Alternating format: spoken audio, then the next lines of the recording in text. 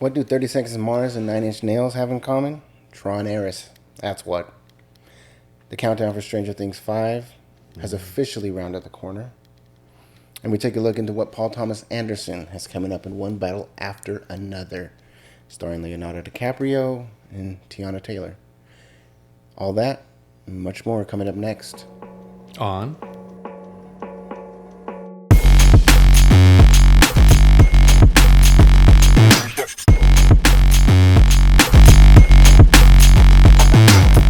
Hey, what's up, guys? This is the Fandom Project. We're excited to have you guys here with us again.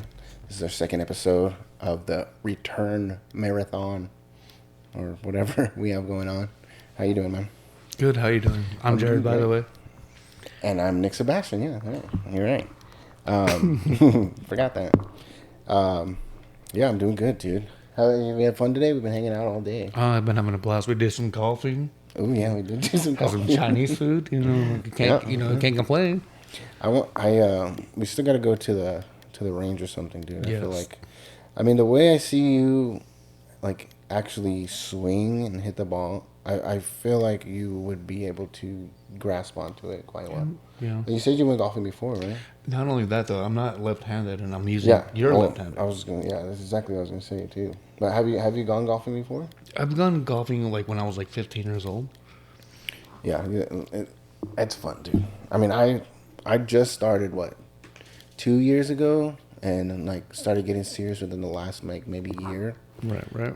And I just went out once with Brandon, and I wasn't interested at first, and then I was like, let's go out, let's go play around. I went and played my first round. The one time I think I actually made good contact with the ball, and I was fucking hooked. That's exactly how it went. That's kind of how I felt. Like we were talking about this when we were, hitting the balls or whatever. Like how I felt about like playing pool. Like, I'm not really much of a pool player, but I kind of had like a natural act for it, or what do you call it, like a knack? Mm-hmm. I had an actual knack for it, and I was like, I see why everyone comes out to the bars and play pool and all that. It was never something that I would think to want to play or whatever. But I was getting that with I was getting the same vibes when we were playing golf. Mm-hmm. Yeah. It's like. If you feel like, if you're gonna be grasp onto something really well or be good at something, you kind of already know from the first time you try it, whether that be you falling in love with it or knowing that you want to keep on with it. Right, like wanting to work on it. Yeah. Did I tell you that my daughter is golfing too? Oh, is she really? Yeah, she has her little clubs, and she go that's out cool. there and we hit the balls and stuff. That's cute. So, are you excited to talk about Tron ARES? Especially the fact that it comes out on my birthday. Mm-hmm. Yeah. Mm-hmm. I'm a big, I was a big fan of the Tron Legacy movie. I just told you earlier that I never seen it, and you were so surprised that actually no, I saw it, but when I saw it, when did it come out? Like, I think I was still in high school, or I'm pretty sure it had to be like when you got out of high school, because I remember watching it with our buddy Shane from culinary school before we went to Disneyland. Mm-hmm. And it was like relatively new. It was like maybe 2 or 3 years old. So give or take, still in high school. Yeah. It wasn't as memorable as like any other, like say Avatar, because I watched that like when I was still in high school, or just got out of high school. I think that movie came out in 2009, didn't it? Did it? I'm pretty sure it came out in 2009. Yeah, that was my senior year, and I still remember exactly what happened at every moment of every second in that movie, because I fucking loved it. But Tron just kind of blew past me. I remember Jeff Bridges. Yeah, I remember the dude. I remember that. Yeah, the dude was in there. Of course he was. And he almost sounds like the dude in that movie if you decide to watch it again. Mm-hmm. But I feel like, I guess, just seeing him in any other movie, he always just has that. That's the dude. Yeah. You can't get rid of that fucking that persona. Yeah. Mm-hmm. So Jared Leto's leading the movie. He is ARES, right? So at first I wasn't sure what the whole ARES meant. I don't know if that was like the project that they were working on or whatever, or the name of the game or something. But apparently, Jared Leto's character's name is ARES. Yes. So You know who ARES is? he was not ARES? mentioned. He wasn't mentioned in. No, like the name ARES. Do you know the God of War, right? I was gonna say, yeah, it wasn't. Yeah, it was a mythological kind of like I god or think something. he's the Greek God of War. I Oh, think. okay. Oh, yeah. Don't quote me on that. Okay. But so he's leading the movie, so to say. I mean, also Evan Peters is in it, whom he seems like. And he's been very popular lately. What else has he been in lately? Well, he was what was it, Jeffrey Dahmer? That's the last thing I saw him in. Yeah, well, then that really. That was a couple years ago, wasn't it? Yeah, but I mean, it was still a big thing for him. You know, Yeah. that was a big stepping stool to fame. Mm-hmm. Other than that, he was an X-Men. Yeah, He was Quicksilver. Quicksilver. Mm-hmm. Other than that, he was also in Kick-Ass. But Yeah, I mean, he even was. then, so like Well, when he's he in was, American Horror Story. oh really? He's a very prominent character in American Horror Story as well. I never really watched that, but he was also in Kick-Ass. But I mean, when he was in that movie, he was more of like a side character, Yeah, so he wasn't really prominent. I hardly remember him. No. Exactly. So his character's name's Julian Dillinger. Seems like he's kind of like a arms dealer or some kind of military weapon, whatever. Yeah. The way that he was in the trailer, the way that he was kind of selling, ARES or Jared Leto, saying that if he dies, he comes back and he does this, and he's faster, and he's stronger. And it almost seemed like there was more than one of those like ARES characters. So that's a good question or that's a good theory, or makes you want to think, because at the end of Tron Legacy, Jeff Bridges' son Sam Flynn, he leaves with another. I guess you can call her a program. Yeah.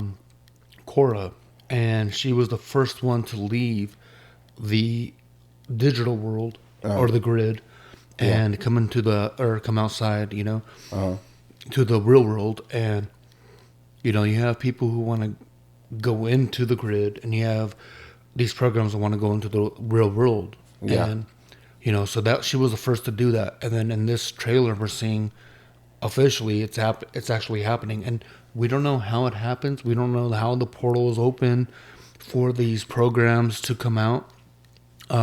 Obviously, Evan Peters probably has something to do with it. He probably figured something out. Yeah. If you watch the trailer, Jeff Bridges is, you don't really see him, but like he's narrating, so he's involved. Yeah. But where is his son? Where is Cora? And how is Jared Leto? Like the main character. So there's a lot of. So you think he has more? I guess more dial. I guess he has more pull in the story than what Evan Peters is kind of making him out to be.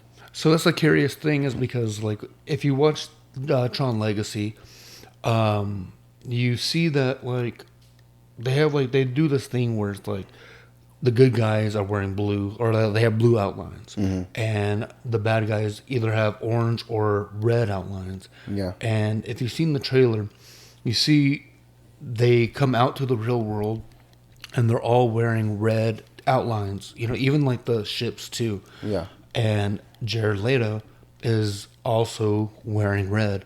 So is he a bad guy, or is he going to be? Is it going to be one of those things where he's a bad guy that turns good? Yeah. Kind of like how Tron was. Like Tron was a good guy in the original, and then when you see him in Tron Legacy, they turn him into Rinsler, and he becomes a bad guy. Yeah. So that's another thing too. Is Tron going to be in the movie as well? I'm curious to see if Who plays Tron? Huh? Who plays Tron in So Legacy? Jeff Bridges' character and his friend, they create the whole entire grid in the 1980s film, and Jeff Bridges, he bases Tron off of his friend, and he becomes that entity. And so throughout the movie, like when he goes into the grid, that's his friend. Yeah.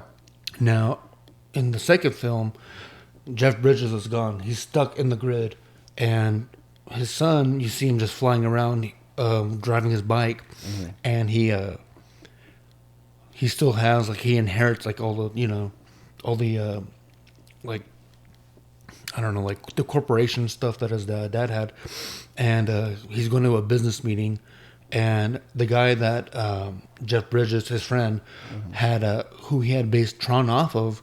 Was talking to him about don't do this, dude, like because he was planning on sabotaging the whole entire corporation. Yeah, he's like, don't do it, and so you're seeing Tron, you're seeing the guy that Tron was based off in the beginning of the movie, and Sam was like, F this, like I'm still gonna go do it, kind of being like a delinquent son kind of thing, and so Sam ends up going to.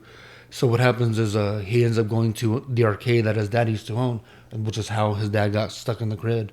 And, so likewise, long story short, he ends up going into the grid too. And you don't realize it, but the whole entire time, he's trying to figure out what's going on, they're putting him into like the dome and all that. They're doing like disc fighting and all that. Yeah. And he's being mashed up with Rinsler. And I'm like who's Rinsler? Oh, so he came in kind of towards the end of the movie, like in the second act or third act. This might be the beginning or the ending of the first act. And so he's fighting him, and he's like, "What the hell's going on?" And so finally, he gets saved by his dad, and his dad explains everything. You know, crazy. Actually, he gets saved by Cora, who was also being raised by his dad. Yeah, and this is all in Tron Legacy. Tron Legacy, and then not only that, he's surprised that his dad's even alive. Yeah. So that's the trip, Nice. So do you think is any of that you think is going to be in called upon in Tron ARES? That's my question. Like whenever I seen the trailer, hearing Jeff, like I actually thought that it was going to be like not a standalone like Tron film, but I didn't think it was going to relate to Tron Legacy.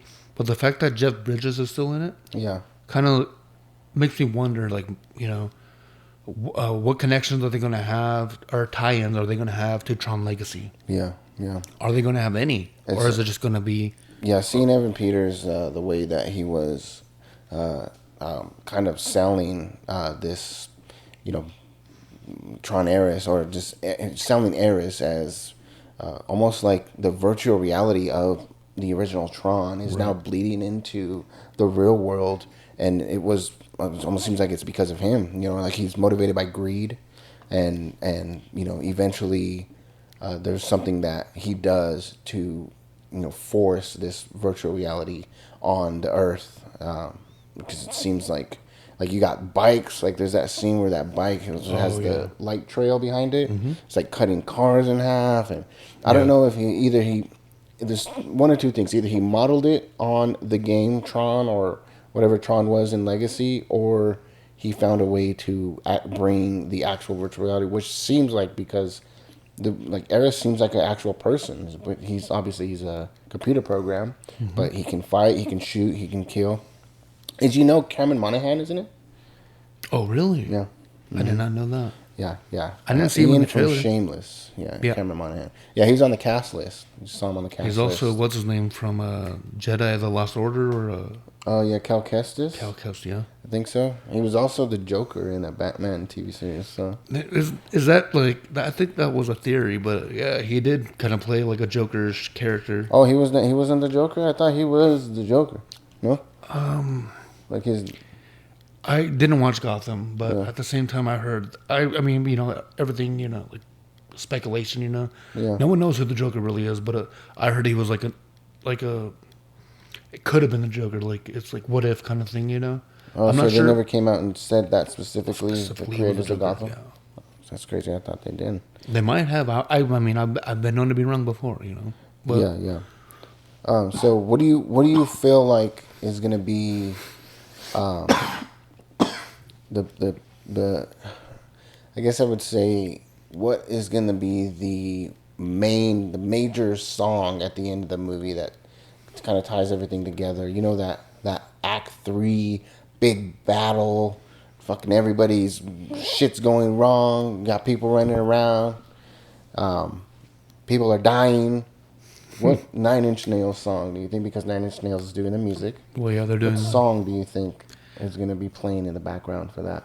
Well, it's definitely not going to be a classic, Nine Inch Nails song. It's They're going to be going to make a new song for that? Of course, well, I'm thinking the whole entire soundtrack is just all new songs. Yeah, well, just like on Tron Legacy, Daft Punk did the soundtrack. Oh, okay. And it was all new music. Yeah. Yeah, it wasn't nothing like around the world. It wasn't nothing like that. They did everything themselves. So I'm assuming that Nine Inch Nails are creating a whole entire new soundtrack for this, or composing a new soundtrack for that. I figured they would do that. I didn't think it'd be a whole soundtrack. Like I didn't know that Daft Punk did all new music for Tron Legacy. So I was hoping to hear some classics, but it's not, huh? And that's the thing too. Nine Inch Nails, in my opinion, they have some big shoes to fill, because when I watched Tron Legacy, listening to that soundtrack, Daft Punk, I felt like they delivered. They had a lot of great music, so they got some big shoes to fill. Music that's still enjoyed to this day. I actually have a lot of their music from that soundtrack on my Spotify list. Yeah. I don't think I remember anything. I'm sure I've heard something from what's one of the popular songs from Tron Legacy. Derezzed. Derezzed. Motherfucker, sing! It's not a song they don't sing, but it's I can pull it up real quick if you want me to. Maybe just for a quick second. Okay, yeah, play like 5 seconds of it, so you don't get copyrighted. Yeah, I don't want to get in trouble. After this, we'll go into Stranger Things. How's that? Yeah, you have anything else you want to say about Tron? There's not much we could go into as far as the trailer. How do you feel about Jared Leto being the lead?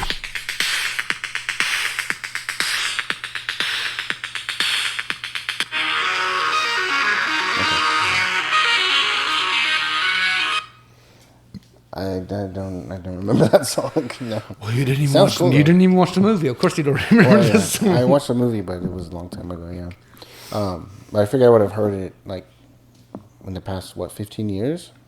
No, it's been longer than that. Now, yeah, we're older now, 17 years. Yeah, we're older. I feel like he's gonna do a lot better than he did in Joker. I enjoy Jared Leto as an actor. He was good in Fight Club. What else was he in? He was also in, I think, that Dallas Cowboy movie, or a Dallas something club with Matthew McConaughey. With Matthew McConaughey, he was I'm pretty sure he was like a prostitute or something like that. Was he? Yeah, and he was all sick and all that. Dallas Buyers Club. Yeah, I haven't seen that before. He was in that. He's been in many movies. Like I said, he's not one of my favorite actors, but definitely not mine. You already know that. Yeah, sorry, Jared. He's not someone who I hate though. So yeah, it doesn't really change the fact that the movie's going to be good or bad for me. I think I'm just a little bit more what do you call it? Bitter, because of the fact that I would rather see Jeff Bridges' son take the lead again in this next movie, and he's nowhere to be seen in the trailer. Mm-hmm. And so, that's a little unfortunate, but maybe, who knows? Maybe he is going to be in the movie. Yeah. So, Stranger Things season 5 is 2 months away. I know, yeah. I didn't know this at first. I thought it was coming out. Well, actually, I knew it was coming out the end of the year, but I just didn't realize we were so close to the end of the year already. Yeah, I know. It's creeping up on us.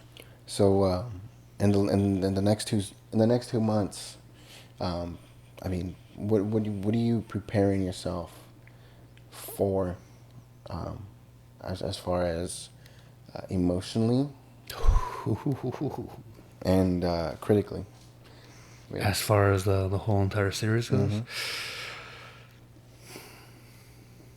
Well, first and foremost, I am worried about whether or not they're going to kill off my favorite character. Who was your favorite character? Steve. Oh, Steve. Mm-hmm. Steve Harrington? Steve Harrington, yeah. I'm worried about that because, watching that trailer, there's like one specific scene. Well, if you But realize they did that last season too. they like to it do looked that. like he They was like to gonna play die. with your heartstrings, you know. But if you realize, in the very beginning of the trailer, it starts off with who? Steve, and then there's one little segment throughout the whole entire trailer. By the way, the trailer was super epic. It actually had this one song that they did by, I think it was Deep Purple, and but it was orchestrated though. It wasn't like the actual classic song. Yeah. It was a Child in Time, and I never heard that song before. And that song just made the whole entire trailer even much more prominent. And we talked about this the other day about how music how it can amplify a movie scene, you know. And but that being said, there was one like glimpse of I forget his name, but it was the kid that Steve is always with, and he was hugging him, crying, like just holding on to him, like he didn't want him to go. And Steve was, it was almost like a nod, like I have to do this kind of thing. Yeah. Kind of like I don't know if he was like going to sacrifice himself, or maybe he had witnessed something, and he was just like he needed somebody to hold on to. But I mean, that scene right there, just alone, it was like not even a second. You know, I was like, damn, it's real impactful. Yeah. But I mean, I'm definitely worried about him. You know, being killed off. I'm definitely concerned about whether or not Eddie from season 4, whether or not he's going to come back or not, because you know there is speculation about that. I feel like, based on the way that he sacrificed himself and how meaningful that was, I don't think the writers would want to kind of ruin that. Almost like bringing Iron Man back would be in Marvel. You know, like obviously they're bringing Robert Downey Jr. back, but you know, bringing that character back, I feel like it would get a lot of hate. It would get a lot of criticism for them doing that, bringing him back, regardless of the way they do. You know. Well, that's another thing too, because you know, with the whole Stranger Things, you know, like the lore and all that. It's a lot of it's based off of like Dungeons and Dragons, you know, D&D, and you know, like the Mind Flayer and all that. Yeah. And there is a character who gets killed by the Mind Flayer or Vecna or whoever it may be, and they come back as a vampire type character. And people were speculating that it's going to be Eddie. Eddie's going to come back, but he's not going to be a normal person. He's going to be I'm not necessarily saying he's going to be a bad guy, but he's going to be all fucked up, you know? So that's a theory. Yeah. That's how he would, if he was going to come back, that's how he would come back. Yeah. That's a tough one to think about, especially especially before we've even seen anything or heard anything other than the trailer. I mean, there's some news that, you know, here and there that I've heard, but the trailer kind of is the only thing that I'm basing my, I guess, information off of. If there is, yeah. Just because I want to go into it nice and fresh. Right. You know, especially with Stranger Things. You know, Stranger Things is just something I hold near and dear to my heart. Those theories too, with you know, with Joseph Quinn. By the way, you know, shout out to him because he's a great actor. But theories about him, they started right off the bat after season 4 ended. So those weren't anything. They're not anything new. They're not anything from the new trailer or anything like that. You know, those are just you know, people who are you know mega fans already already dishing out theories. Yeah. And I just remembered that one, you know, because he was memorable in that season. He was probably the best character in that season. Joseph Quinn. Yeah. Oh yeah. For sure. Do you think? So you already said Steve Harrington. You believe, or you think he might die? Who do you think is going to survive until the end of the season? Like, you think he's going to be the only one to die, or do you think there might be someone else who dies, or? Do you think they're all gonna die? No, they're not all gonna die. It's the season finale. I mean, it's the series finale, rather, right? Yeah, it is a series finale. As for who I think is gonna survive, I think a lot of them are gonna survive. I think, like, you know, I think, like, you know, back to the question you were asking me earlier, it's like, it's who's gonna die. Yeah. I mean, it might not be one person, but I mean, I feel like I don't know. Like I feel You like think 11's gonna go? I don't think so. I think they're gonna. I think she's gonna have a happy ending with Mike. Um, I think Lucas is gonna be happy with Max. I think they're gonna have their thing. Not I, Dustin. Is that his name? Dustin, that's the Dusty? thing. Oh, that was his name. I was trying to figure out his damn name. That was the thing that's why it brings me back to that scene I was talking about where Oh, Dustin Steve. was talking to, or Yeah. holding on to Steve, and Oh, you think Steve? So you think I think that? I feel, one of okay, I think one of two people are gonna die, or if maybe both. I think David Harbour's character is gonna die, and Steve Hopper, yeah. Harper, Stephen yeah. Hopper. Yeah. And that's gonna break everybody's heart. Yeah. I feel like, but see, I feel like that's playing a little too safe as far as shock value. You think Because it's Hopper and Steve are the two people who, you know, if you kill them off, you're gonna get some people are gonna riot? reactions. Yeah, we're rioting. Yeah. I feel like 11. You know, there's. I don't feel like she's too many people's favorite character, but if she dies, there will be some that will warrant a reaction for sure. You know, like you'd get some tears from that. I know I'd cry if 11 died for sure. Well, For Mike, you know. I would. I mean, I get emotional whenever I watch a show anyway. So if anybody dies, I'm gonna be tearing up anyways. But Winona Ryder. I'm like, oh, Who was that guy? Was his name Alexi or? oh, that was sad, dude. Yeah. Or how about when Samwise Shut up. Gamgee? Yeah. That was the Oh, that worst. was a good one, That man. killed me big time. Yeah, that was a good death. Good death. Good death. Sean Astin. So where was Sean Astin? Yeah, where was Max when we left her in season 4? She was Oh, she was in a coma. yeah. Now, if you watch the trailer, there's a scene, and it's kind of like a nod to Jurassic Park, and you see Lucas holding her, and like he's in looks like a kitchen or something, and it's all dark, and he's holding her, and she looks like she's still in a coma, but he's holding on to her, and he's just holding on to her, and then there's like a Demogorgon, and it's walking by behind him, and he's just like trying to be quiet, and it's like this. It's almost like a mirror of the original scene from Jurassic Park when the raptors. Yeah. Crazy. I didn't realize that. I didn't make that connection. Is the Demogorgon? You think that's the Demogorgon from Russia? The one that was in that pit. You know what I'm talking about? Yeah, I know exactly what you're talking about. Or is there just a whole completely? I new think it's just a Demogorgon? whole. So I think there's 2 of them. I think there's a few of them. I think there's like a whole. I think Vecna has a whole. I mean, like a fleet of them. You know, Yeah, but not the Demodogs, like the actual Demogorgons. Yeah, no, That's scary. I think there's a lot of them. That's terrifying. What? 2 minutes? Oh, okay. I'm actually also hoping that they're going to include another great song or cover or even an original song to like they did with Kate Bush.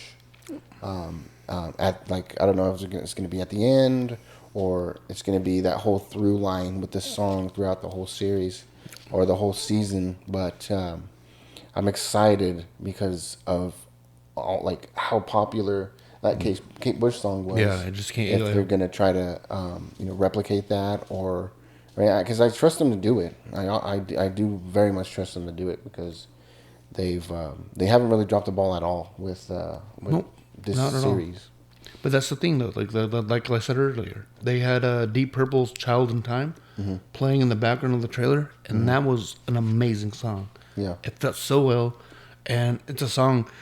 I mean, I'm a '90s kid, you know. I never heard that song before, and then you know the Duffer Brothers, you know, they bring out that song on the trailer, and I'm like, I need to know this.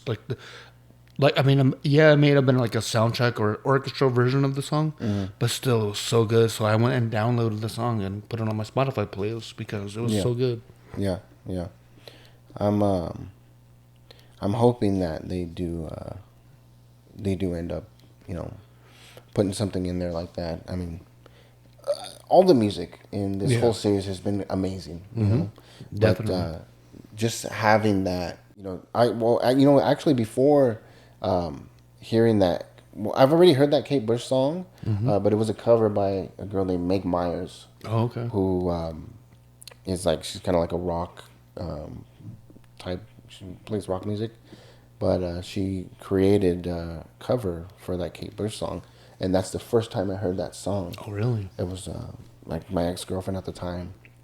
She really liked her, and she has really good music, and she played me that song. I loved it, dude. I fell in love with that song. I still have that song, play in my playlist. But hearing that song in Stranger Things was like, it kind of, it was like nostalgic in a way. Kind of like struck a chord a little bit. Yeah, it struck a chord rather. Yeah, that they would play that song at such a pivotal moment. But from the beginning of the season on, Mad Max was playing that song, or Max was playing that song, and just it ending up in that kind of crescendoed into that big scene at the end. The climax, amazing, when she's running. Yeah. So I want to read the episode list, and we'll see what we can kind of glean from this. So the first episode is The Crawl. Second episode is The Vanishing of ... Episode 3 is The Turnbow Trap.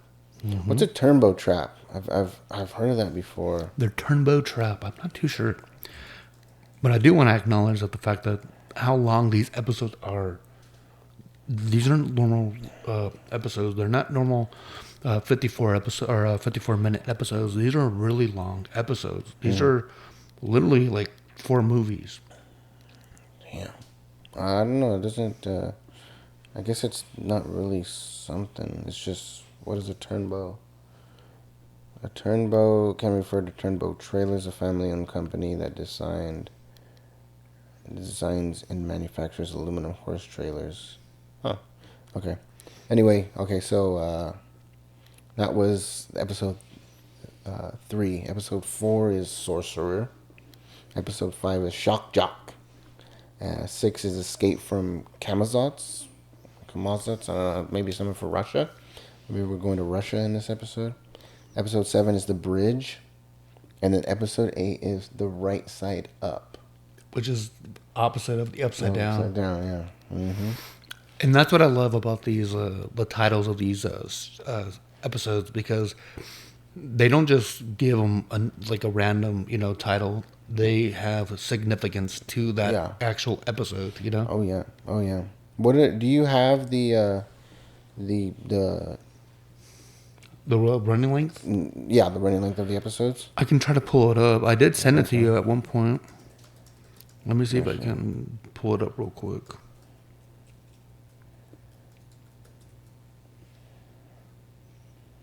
Right here. Okay. So,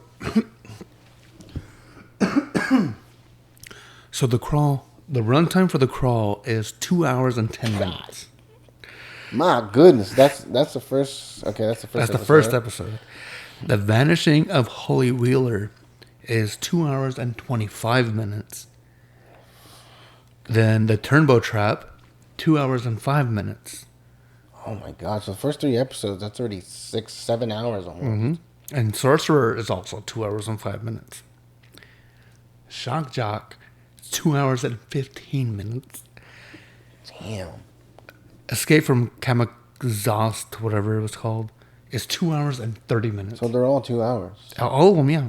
That's what I was trying to tell you. Like, this is it's like another 2 seasons. Yeah. And The Bridge is 2 hours and 40 minutes. Damn, dude. So that's the first. Those are only 7 episodes. The finale is 3 hours long. Holy mo! That's an episode. That's Endgame. Dude, what? That's what I'm saying. Those are like 3 seasons all in one. Whoa. Let's see. There's actually No, I've never heard of a series doing something like that, something that extravagant. Yeah. Mm-hmm. Yep. It says here, Maya Hawk's comments about each episode is basically a movie. It was kind of thinking each episode would be 90 to 120 minutes long, with the finale being 3 hours, which is, which it is. Literally every episode is like a movie. Mm-hmm. But hearing that, I'm getting excited about that. You know, like, wow, like they're really gonna like, you know, indulge on this. My thing is, I'm hoping that they don't. They're not just, you know, like, yeah, there's like a long run time, but are they gonna drag it out? Yeah. That's what I'm worried about. Yeah. But Exactly. we have a lot of questions, and they have a lot to answer. You know. Mm-hmm. Yeah. So maybe that's what it is. And then not only that, I don't know. Maybe it's like there's a contract with Netflix where they can't have another season. So they're like, all right, well, Like, we're gonna. I feel like that's more. I believe that more that would have happened if Netflix was like, this has got to be the last season. So they're like, well, we have plans for another one. So Yeah, like- let's just put, each episode together. Well, they have probably figured that out before, or they probably realized that, or were told that before they started filming. So then that's when they made the decision, I'm assuming, to make each episode 2 hours long. Mm-hmm. Which is, I don't mind it at all. I'm very okay with that. Okay, well, if you don't mind me asking you, which one so far was your favorite season?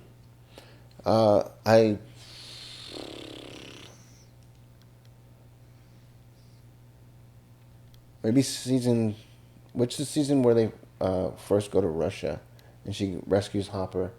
I'm pretty sure that was 4. I think for the last Yeah, season. that was when, because he think he like, yeah, they think he's dead or whatever. Yeah, and that's the season with the Demon Hellfire Club, Joseph Quinn. Yeah, Joseph Quinn was in that it, was yeah. that was my favorite season for sure. For sure. Okay. Compared to the season where Sean Astin dies, which is what, season 2. That was season 2, yes. Yeah, that season was definitely I would say the first number 1 is season 4, number 2 is season 2 for me. Okay. How about you? I think I would go with, man, you know, like I didn't realize how hard this question was. That's a hard question, yeah. I would say, you know, just because it is what it is, and it could have been a standalone thing, I would probably go with season 1. Because they could have just left it, they could have left it like that, and it could have been its own thing, and they continued. I watched the whole of season 1 in one night. Yeah. That's how good it was. Yeah, I know. I binged it to myself. Yeah.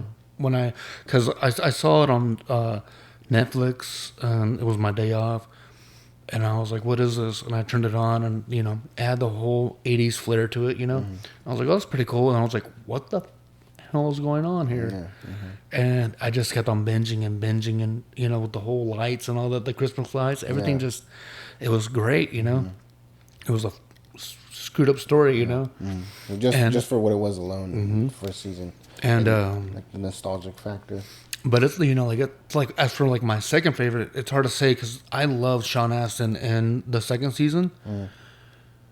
But for some reason, that's why it's hard, because I love the third season as well. But there was a couple episodes. I mean, even in the second season, there were a couple episodes, or one single episode I didn't care for.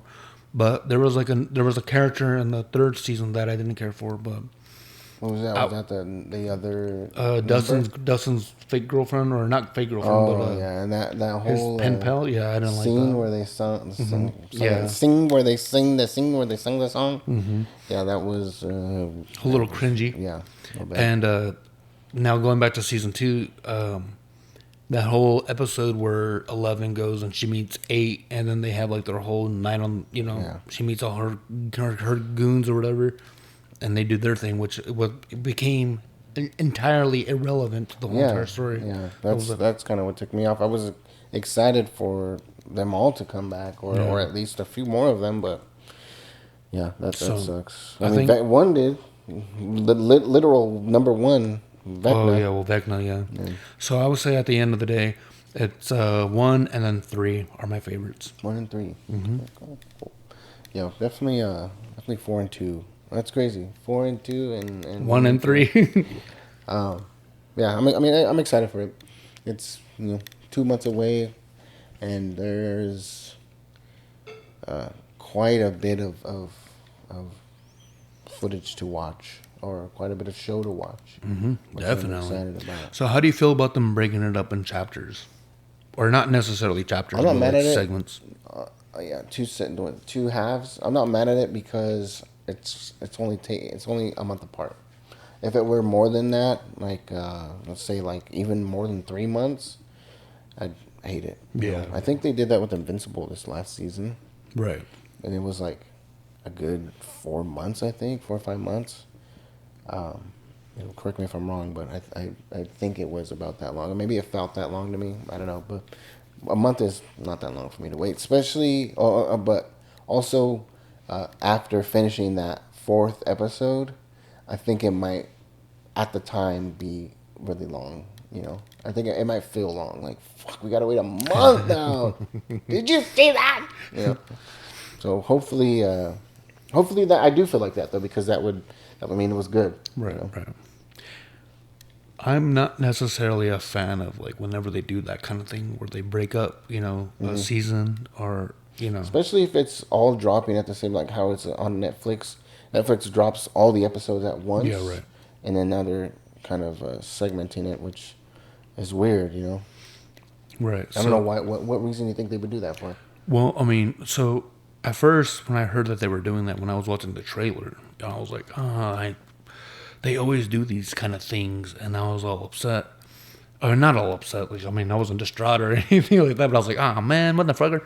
Yeah. But then I went and I looked at the run times, and I'm like, oh, like they're giving me plenty of content already. Yeah. Mm-hmm. I'm actually being greedy right now. Yeah. So they're pretty much giving me 3 seasons or 2 seasons. Yeah. Just a month apart. So, Yeah, I'm definitely excited for that. Yeah, I didn't like the idea at first until I saw the runtime, and I'm like, all right, I gotta back off now. Because Yeah. So, what do you think about the trailer for One Battle After Another? I loved the whole entire trailer. I was so like it gave you enough to get you excited, but at the same time, it left you confused, not confused, but questioning, like, what is this movie actually about? Yeah. Not only that, starring Leo. I love Leo. And then not only that, I'm a big fan of Benicio del Toro as well. And seeing them both together, that's going to be great, Yeah. And then Paul Thomas Anderson? Uh-huh. Having him direct it makes me even more excited. Yeah, he did Boogie Nights. Mm-hmm. There Will Be Blood. Punch Drunk Love with Adam Sandler. Exactly, yeah. Mm-hmm. And we were talking about this earlier. I looked up on IGN, and the movie already has a 10 out of 10 rating. Yeah. I mean, it is IGN, so, you got to give it, Yeah. Take it with a grain of salt. Exactly, yeah. So, still excited to go see it. Mm-hmm. How do you think it fits into his filmography? I mean, as far as seeming like a military action type thing. That's weird, huh? It's hard to say because, like I said, like when watching the trailer, you don't really know what's really going on. Yeah. So we don't really know what kind of movie it is, but at the same time, Paul Thomas Anderson has made great movies. Mm. So that being said, it's like, yeah, I was actually even thinking this, like, I don't even want to look any more into the movie. I'd rather just go in there and just figure out what's going on. Yeah. Well, I mean, what I could kind of unpack from the trailer was that he was wronged. He was like a mercenary. Him and Tiana Taylor, and who was in Coming to America, the second one. She did a good job. But I think him and her and him were mercenaries, and they both were maybe wronged, or they both wanted to get out, and then the whichever branch of the military or whichever employer they had worked for wanted to get rid of them or close up those loose ends. Yeah. And instead maybe found out that they had a daughter together, and now are trying to go after their daughter, and he wants to save her or try to get the fuck out of town or something like that. But there's some sort of thing he needs to get something. Yeah. And then that's also a curious thing too, is because Benicio del Toro, how does he play into this movie? Because he calls him Sensei. Yeah, it almost seems like maybe he worked with him when he was a mercenary, or maybe trained him. Mm-hmm. And But even then, like the fact that he calls him sensei. Leonardo DiCaprio does such a good job at playing that, not so much aloof, but like this guy who almost like if you took some guy who had a little bit of training and a little bit of like a few guns, and you just threw him into this whole shit fest of stuff, and he had to save himself and his daughter or whoever. And he's like running around. It's like, thank you, Sensei. Thank you. He's jumping out of the car. Like he does such a good job. Like especially like in Wolf of Wall Street, where he played that. Like when he's on the ship, like what the hell is going on in here? He played the whole badass. You know, I got all this money and I'm fucking all these people over. He played that part well, but when shit actually hit the fan, he also played the whole going crazy, doesn't know what the fuck to do. Yeah. Shit well. I will not die sober! That's the thing about Leonardo DiCaprio, because he always delivers no matter the role, you know? Yeah. And, you know, with this movie, like I was getting, I don't know if you've ever seen it, but it stars Brad Pitt and it's called Bullet Train. No, I haven't seen it yet, but I will very much want to. I think Aaron Taylor Johnson's in it. He's also in it, and so is the guy that plays the black dude on Eternals. Yeah. He's one of the. He's the one with the. He plays Hephaestus. Yes. Mm-hmm. Yeah, I forget They're his actually name. brothers in that movie, surprisingly. Him and Brad Pitt? No, him and Andrew, or what was his Aaron name? Taylor Johnson? Yeah. Oh, no shit. Mm-hmm. Or I don't know if they're brothers, but they're partners. Yeah. And then Yeah, looks also good. Scorpion's in it too. Scorpion. Oh, From the new Mortal Kombat yeah. movies. I figured his name. Wait, yeah. Who are these guys' names? It's like Hitaro or Hattori. Because he was also in K-pop Demon Hunters. Is that the movie we were talking about the other day? Yeah, I love it. I think it's a really good movie. I mean, it's a kids movie. My daughter absolutely loves it, but I think it's a great movie, dude. But I might be wrong. I think I'm thinking of Daniel Day Kim, and Ken Jeong's in it too. But Oh, really? the name of this guy is I don't know. But anyway, while I do that, do you think Benicio del Toro is kind of going to draw on?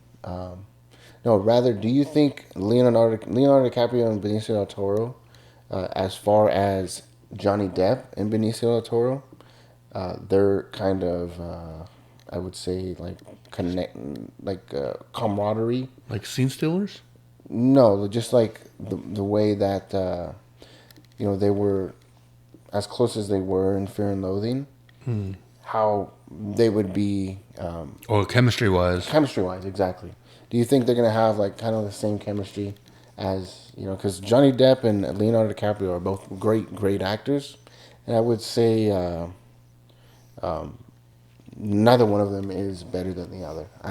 In my eyes. Yeah. It's to me with Benicio del Toro, like because I've never seen him in another movie where he has that buddy type. But I don't even know how much he's going to be in this one. Sorry, what were we saying? So, seeing Benicio del Toro and Leonardo DiCaprio in the trailer, I already felt that chemistry that they had together. Or it felt great. And it reminds me of when I watched Once Upon a Time in Hollywood, watching Leonardo and Brad Pitt together. You know, those are both two top tier actors. And they just meshed perfectly together. Yeah. And I'm pretty sure it's going to be the same. Yeah. I'm excited to see it. That's what makes me want to see it even more. Like Benicio del Toro he's fun to watch on screen, dude. I liked him. Have you seen that one where I think it's the Wolfman? I haven't seen the Wolfman, but I have seen Usual Suspects. That's a good one. That's a really good one. Yeah. Kevin Spacey's him. Donnie Baldwin. I think it's Donnie Baldwin. That guy's name is Hiroyuki Sanada. Okay. Or something like that. Yeah, he's also in there. He's in Bullet Train. He's also in John Wick 4. He's in plenty of movies. He's in Rush Hour 3. And he's also in Shogun. Yeah. I mean, I'm excited for it. I feel like Tiana Taylor, in Coming to America, she was good. I don't know what else she's been in. I did see her in something else just recently, but she's a good rapper. She's a good singer. Like, I don't know how good she's actually gonna be in the movie, but she was great in Coming to America. I think she was funny. But what do you think as far as Paul Thomas Anderson's casting director? What were they looking for when they casted Leo and Tiana Taylor together? It seems like from her interviews, she like knows them, but I also heard her talking about the fact that they may have written the part for her, but it was hers to lose or hers to get. Right. Was what her words were. Do you think they just went off that? The fact they knew each other? Yeah. What do they see in that? I think that first and foremost, like what casting wise, I think he obviously wanted some big name talent, and but at the same time he wanted to keep it fresh, especially with casting her in it. But at the same time, he wasn't going to do it unless she had the acting chops to compete with Leo or Benicio, You don't want to get lost in the back of the scene. She proved herself. Yeah. I'm excited to see how they work together. Because last time I saw him acting with like alongside another woman was him and Margot Robbie in Wolf of Wall Street. Oh, yeah, that's right, yeah. Like throughout the most of the movie. Well, it's almost like the same scenario with the Joker, Joaquin Phoenix and Lenny Kravitz's daughter. Oh, Zoe Kravitz? Mm-hmm. Having her, of all the actresses that you could have had... She was in the Joker? She was the one that he was like fantasizing the whole entire... Oh, no, that was... was that not her? Zoe Kravitz. This is the girl who played Domino. Domino? Yeah. Oh, okay, my bad. Yeah. That's she my was fault. in Batman, though. Yeah, and she played Catwoman. Mm-hmm. Yeah. She was a great Catwoman, by the way. Mm-hmm. Yeah. I also like that girl who played Domino. I don't know her name, but I like her acting as well. She's a really good actress, also.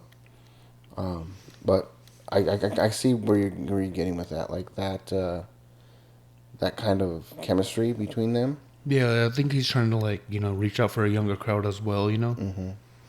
Yeah, he.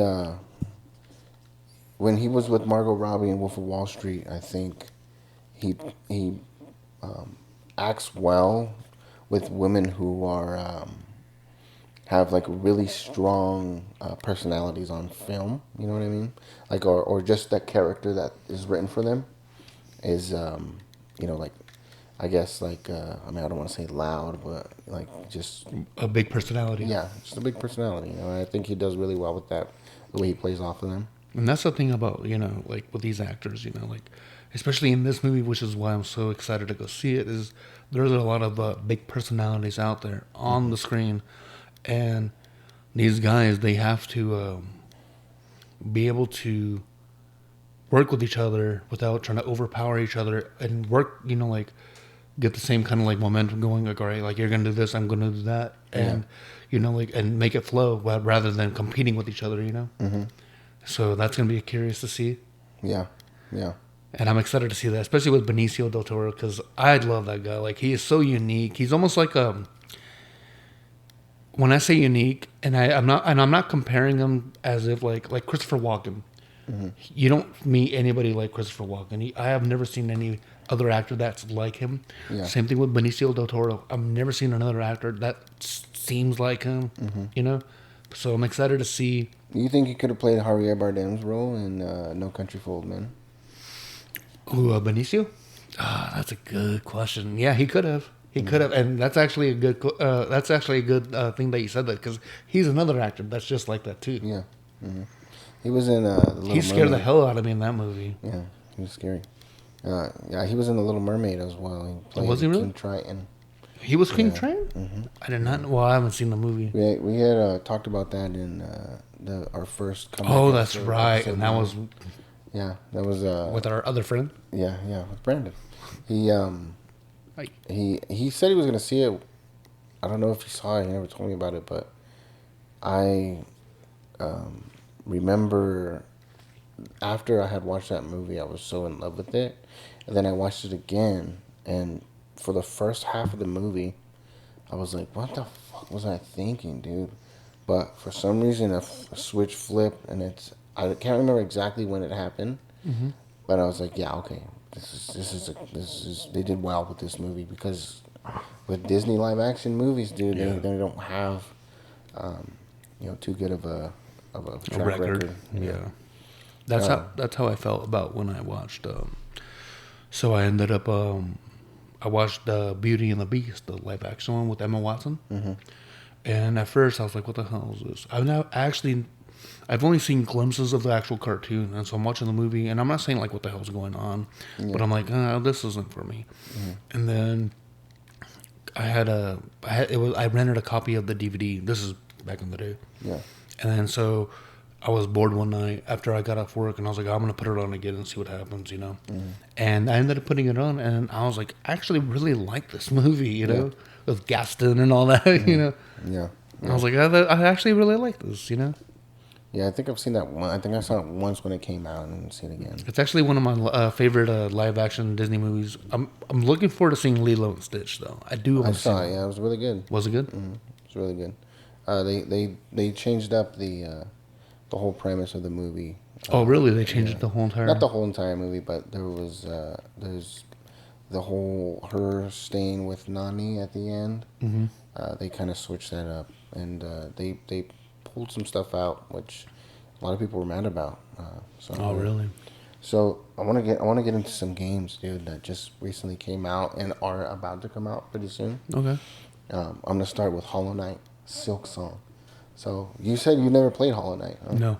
So Hollow Knight, it's a Metroidvania, it's like a 2D platformer that based off of the Metroid games and the Castlevania games. It's a black and white game, right?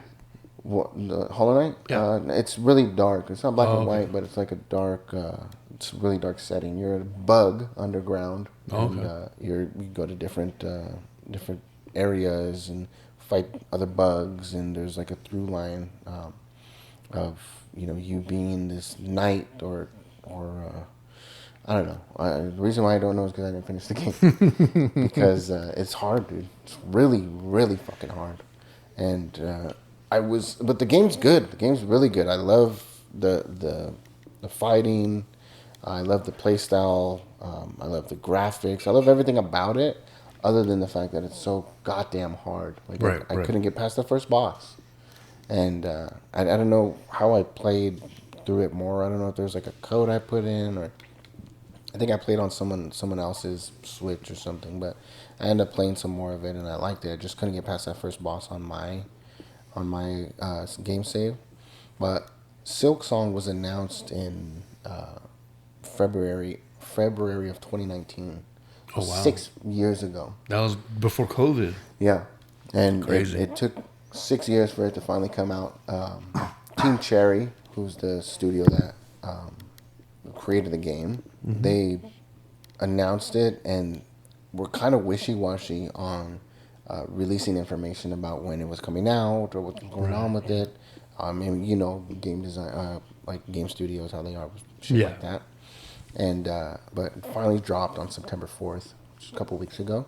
Silk Song is the name of the sequel. Okay. This sequel, you're the first boss that I can't get past. That's who you're playing as in the sequel. Oh, what a twist! Yeah, she's got instead of a sword, she has like a really long, like it's a needle. Like a silk needle? And then, yeah, exactly. Silk Song, yeah, you're right. Yeah, so that's exactly what it is. I'm not that dumb. So a lot of people were super excited about this game drop, dude. And when it dropped, it had over 110,000 concurrent players on Steam within the first 30 minutes of launch. Wow, that's impressive. That's how good this first game was. Or how big the fan base is, Yeah, and especially for it being an indie game, it was really good to see, and that's one of the reasons why I almost bought it, except for the fact that I'm like, okay, let me not get too ahead of myself here because I'm not gonna play it. I don't want to get overzealous. But so yeah, you play as that first boss whose name's Hornet, and you're exploring a new area, a new kingdom, which is called Farloom, and there's like 150 new enemy types. I don't know if they're new or they bring some over from the last game, but there's like so many enemies, so many new areas, and I'm hearing a lot of the reason why kind of adds to why it's so hard. Right. Is you have within every area you have to get a map for that area, or else you're going through the game blind. You're platforming blind. You need a compass, which takes up a primary weapon slot. So it's not just a item that's in your pack or something. It's literally you have to carry your compass around. Right. And you have to switch in between your compass and your weapon.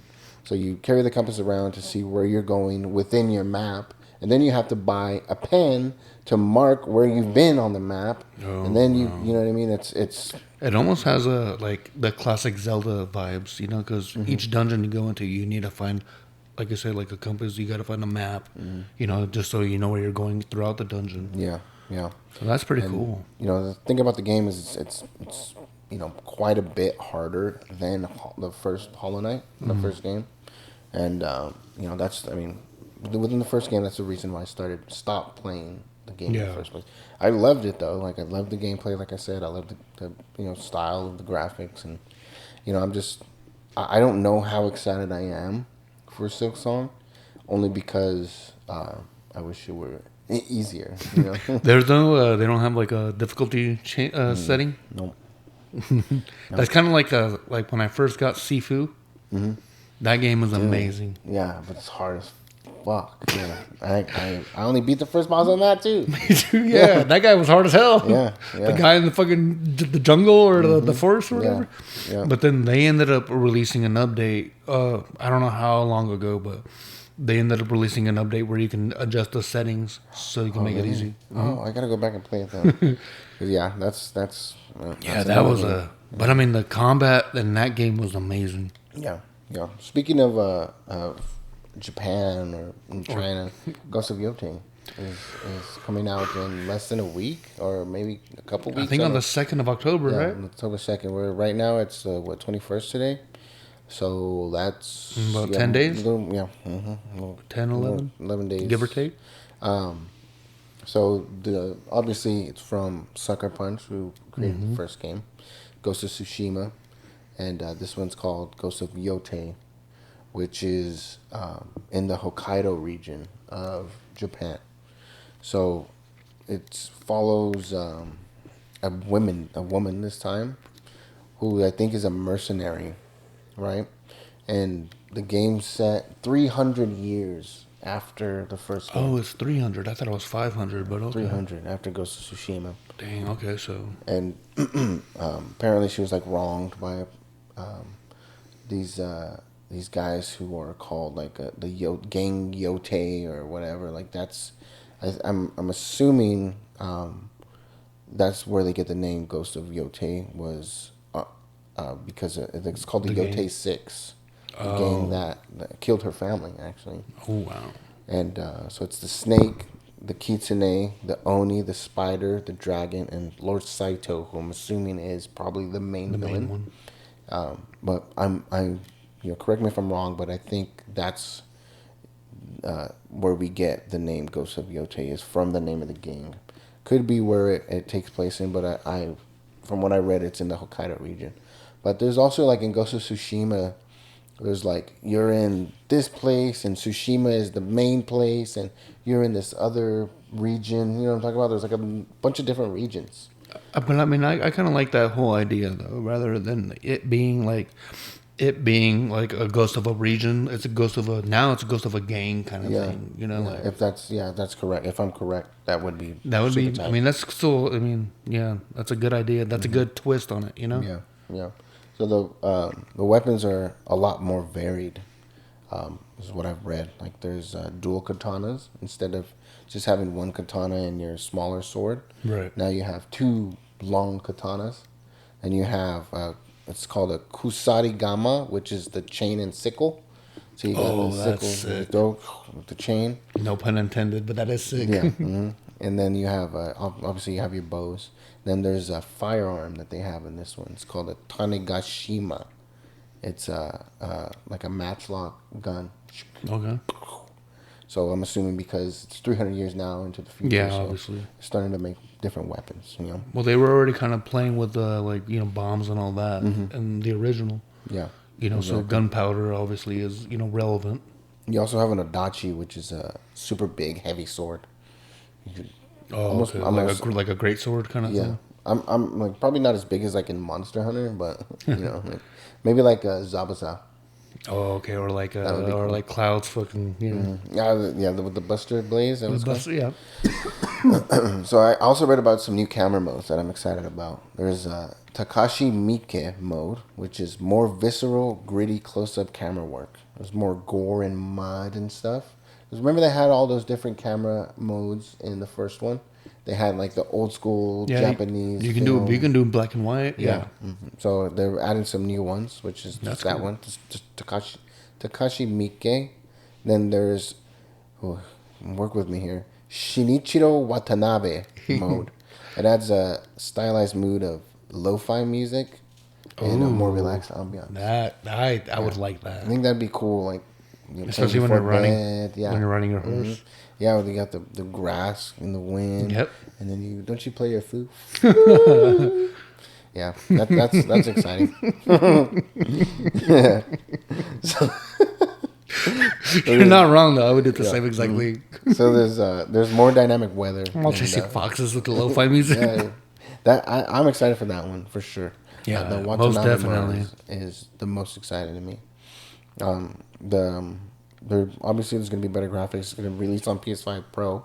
It's a PS5 only game. Oh, it's an exclusive. Yeah, obviously, yeah. The other one was too as well. But a better visual fidelity. Nights are gonna be. They're gonna add a lot more stuff in the sky, like auroras. Like Aurora Borealis. Like like in Antarctica, how I know you've seen Northern Lights. Yeah, Northern Lights, exactly. So they're gonna add those to nice. to the night sky, better vegetation movement, and just utilizing the PS5 Pro to its full extent. Right, exactly.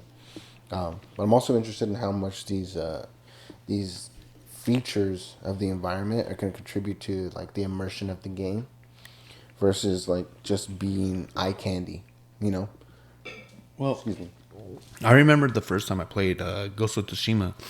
It just felt like it did. I mean, it was a beautiful looking game, but at the same time, it felt like a very empty game. Mm-hmm. And then I stopped playing it. And then you told me you were the one to convince me to play it again. And then I went back, and I guess they had like some updates, several updates. Yeah. And the game was so amazing. It's one of my favorite games. Yeah, it's what. Now that I think about it, we'll call it as it being my favorite game in the last couple of years. I didn't come out in the last couple of years, but I played it in the last couple of years. Right. I'd have to go back and think. I'm sure you went back and thought about that, right? Oh, for sure. I mean, what I wanted to do was before I go and get Ghost of Yotai or Yotai, what's it called, Yotai. What I wanted to do is download the DLC for Ghost of Tsushima and play that before I go back and do this. But yeah, I mean, now that you're telling me that it's taking place 300 years later, like there's not going to be any tie in with the original game. It's its own entity. I'm sure they'll mention something like maybe some kind of legends. Well, they have one thing I was wondering too is how they have the legends mode. I was wondering if Jin Kazama or not Jin Kazama. No, that's technical. Jin Kasai, yeah. Jin Kasai. I wonder if he's gonna be a legend. That would be cool. Oh, fans would they would go crazy. Yeah, that would be tight. That would be amazing. Yeah, I feel like they would definitely gain something from doing that. But yeah, that's it. That was the only. I wanted to mention Borderlands 4 also, but I mean it's not anything that's. It's not anything I'm gonna play. Right, yeah, it's not something that and tickles your fancy. I feel like it's already out. Yeah. So as far as kind of going over it or at any like current events or how the game is or reviewing it, there's already been 3 other right of course games, and if you like Borderlands, you probably played the first 3. Yeah. I mean, what do you think about it? I mean, I love the first 2. The third one I really wasn't caring for, and I mean, the fourth one looks great. Obviously it's with these new graphics and all that. But I'm if I get it, I get it. But I'll probably end up having to wait on that. But what I wanted to know is, Have you heard about? And I don't know if it's already happened, but PlayStation and Xbox, like they have their own exclusives, and they've been sharing exclusives lately. And apparently, if I'm not mistaken, I might have heard this wrong. There's a game called Halo Legends that is now on PlayStation. I haven't seen it on PlayStation yet. Have you heard about that? I haven't heard about that. Must I've heard have about been. Gears of War. Oh, okay. Yeah, Must have been a fever dream then. It could be maybe released on Steam. That's true. Yeah, I know Microsoft is planning to share a lot more games with Sony and vice versa. Oh, well, actually, no, just Microsoft with Sony. Right. But I think it'd be a good idea if Sony did the same thing. Yeah. Which I'm sure, I don't see why they wouldn't. You know what I mean? But Gears of War was definitely a game that Microsoft shared with Sony. I've been playing that actually on my PS5. Oh, really? Yeah, it's really good. I mean, it's Gears of War, but it's fun. Yeah, of course. I mean, Gears of War has always been fun. So we saw Superman. Oh, Superman was really good. So you actually said to me that you thought Fantastic Four was better than Superman. Okay, hold on. All right. Stop right there. Because I rewatched Superman, and I just think they're neck and neck. Yeah? Yeah, I can't say one's better than the other. Mm-hmm. Because I've only seen Fantastic Four once, but I saw Superman 3 times now. Yeah. And I love that movie. I loved it. Yeah. I thought it was great. I thought it was fantastic. No pun intended. Who's your favorite character? Man, now you're really giving me a hard time right here. My favorite character in that movie was probably Guy Gardner. Yeah? Mm-hmm. Nathan Fillion, yeah. Nathan Fillion, yeah. I would go for the same group and say Mr. Terrific was probably my favorite. Mr. Terrific was tied too. Yeah. Mr. Terrific was my favorite character. I mean, and that is not casting shade on Superman himself. You know, like he did a great job too. But Nathan Fillion, like every single time he was on screen, like for some reason, even though he was like a cocky asshole or like a dick, you know, you still wanted to watch him. You know. Yeah, he was in Peacemaker too in the second season. Mm-hmm. I just speaking of Peacemaker, he was actually in Superman too. Yeah. Oh, I don't want to spoil anything, but oops. Yeah, it's crazy. Yeah. He wasn't Superman. He was, and then he wasn't. He was in a talk show. Yeah. Oh, sorry, spoilers. Yeah. Well, I mean, we're good. So before we go into Superman anymore, I mean, I do want to review it, talk about it, because I've only seen it once when we saw it. So you've seen it 3 times. So I want you to take the lead. Okay. And chime in as you're talking. But before we go into it, of course, definitely there's going to be spoilers for Superman. So if you want to fast forward a little bit, maybe I'll raise my hand and do it like this so you know that. Like, hey, we're done with Superman. But also, I'll put in the description and let you know when we finish. So what do you want to go into first regarding Superman? Well, let's talk about the suit. So his chonies are on the outside, right? Wait, what'd you say? His chonies are on the outside now. Yeah, just like classic. Yeah. Mm-hmm. But what do you think about the S? Do you know anything about the S?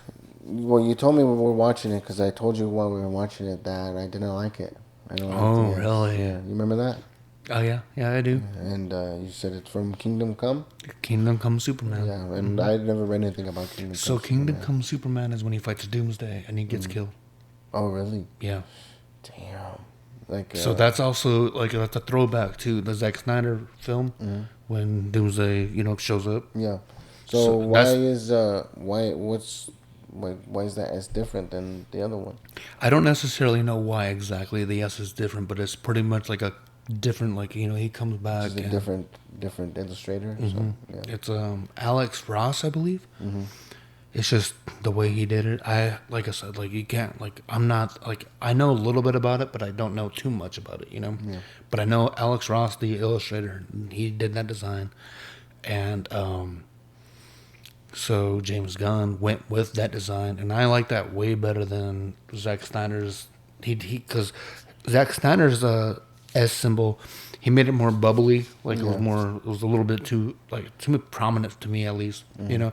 And I like Zack Snyder's or the Kingdom Come version because it's a symbol of hope, and it's not like a classic. Like it's not an obvious. It's more like a symbol than an S. Yeah, exactly.